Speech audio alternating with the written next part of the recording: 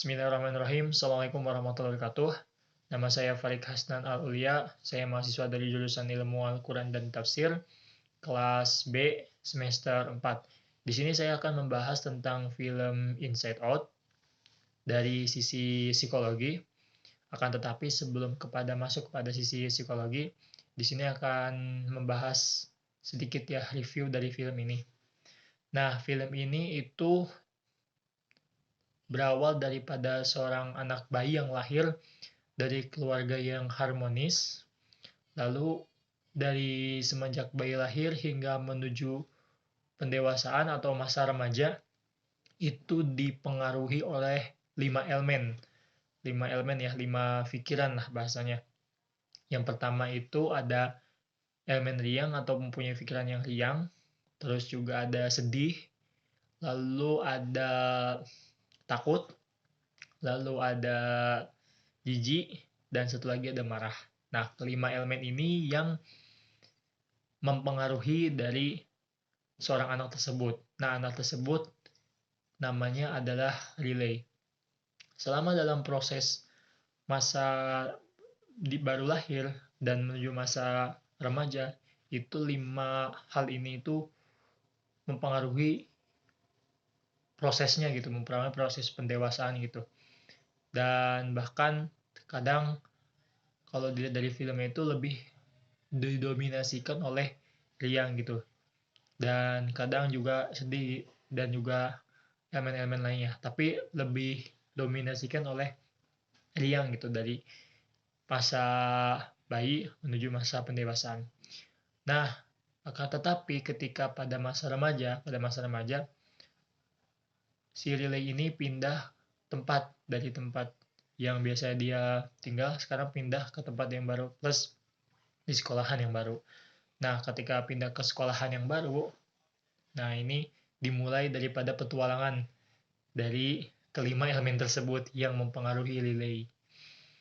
Nah, yang dimana di situ ketika si relay memperkenalkan dirinya di sekolah, itu tiba-tiba menangis karena keinget dengan tempat yang dia tinggal, terus juga keharmonisan keluarga di sebelumnya, terus tempat dia di mana bisa mengenang, main hoki maksudnya, dan lain-lain lah gitu.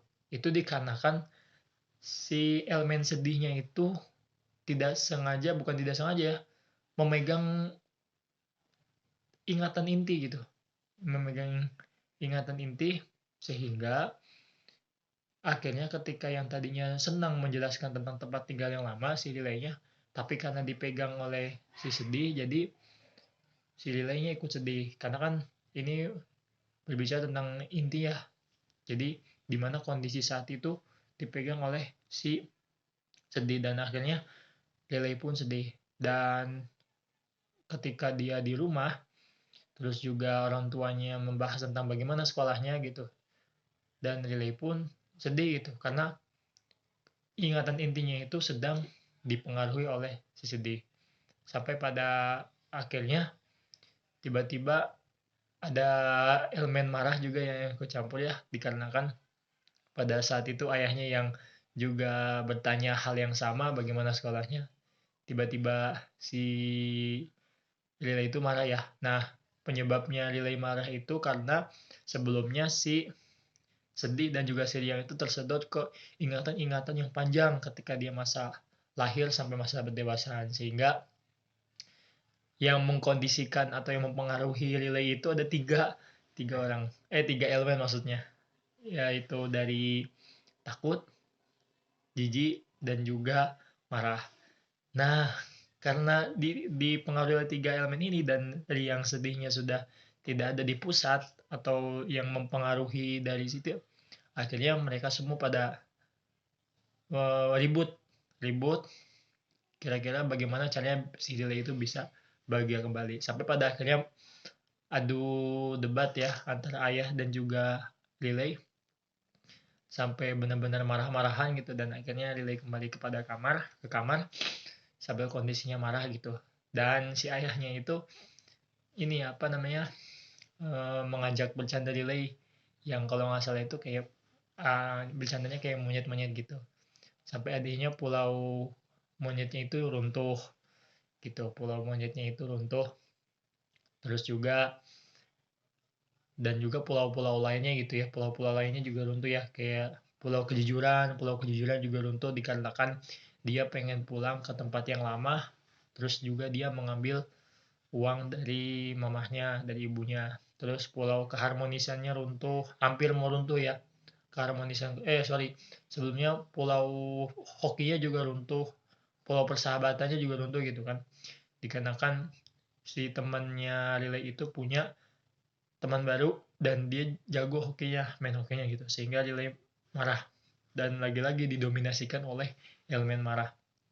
Sampai pada akhirnya Riley pergi dari rumah dan mau menuju ke tempat sebelumnya, tempat yang dimana dia tinggal. Sementara si elemen riang dan juga elemen sedih itu sedang berusaha untuk bagaimana kembali ke pusat. Karena kalau misalnya memang tidak ada mereka, Riley pun akan merasa takut, marah, dan juga jijik gitu ya. Nah, secara sekilas ceritanya seperti itu dan pada akhirnya riang dan sedih pun bisa masuk ke pusat gitu. Dan pada akhirnya ketika mereka berkolaborasi, sedih dan juga riang, itu semua akan baik-baik gitu. Semuanya akan kembali seperti semula. Tapi sebelum pada kolaborasi antara riang dan juga sedih, pertama di situ yang mau bahas sebelumnya adalah dari si sedih dulu gitu. Jadi ketika Relay mau pergi ke rumah tapi tidak jadi, akhirnya dia pulang turun dari bis ke rumahnya lalu menjelaskan kenapa-kenapa gitu kepada orang tuanya sehingga dia sedih. Dia kangen dengan tempat tinggal yang dulu gitu. Kondisi sedih, lalu setelah itu baru dikolaborasikan dengan Riang sehingga dia istilahnya sudah menyampaikan keluh kesahnya dalam keadaan sedih, tapi orang tuanya pun sama, kangen juga dengan tempat yang dulu, akhirnya sama-sama kondisi dalam keadaan bahagia gitu. Nah, lalu apa sih yang perlu kita ambil dari sisi psikologi ya?